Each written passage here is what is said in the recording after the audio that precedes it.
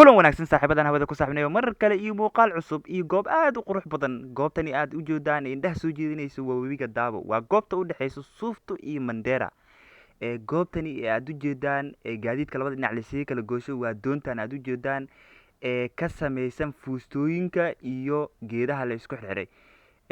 Doontani dhanka Suufto ay ka soo kici tantaa sidoo kale Mandera ay ku xirataa. Sidoo kale Mandera ay ka soo kici tantaa Suuf ay ku xirataa.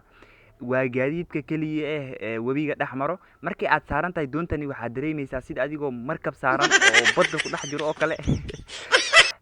sidoo kale micnaha markaan leeyahay waa meel aad u qurux badan waa jawiga aad dareemayso waa jawi indhaha soo jiidanaya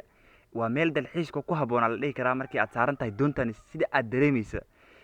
sidoo kale doontani waxaa lasoo saartaa alaabaha labada dhinac loo kala gudbinayo ama lasoo saaranayo sida khudaarta iyo waxyaabaha la midka ah goobtani aadka u quruxda badan ee dalxiiska ku habboon ee labada dhinac la isii kala goosho doonta cajaa'ibka ee loo saaran yahayna waa doontan aad u jeedaan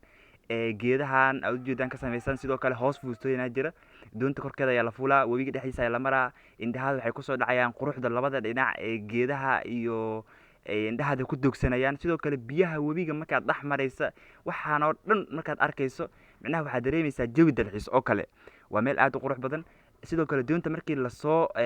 fuulayo sidoo kale waxaa lasoo saartaa alaabaha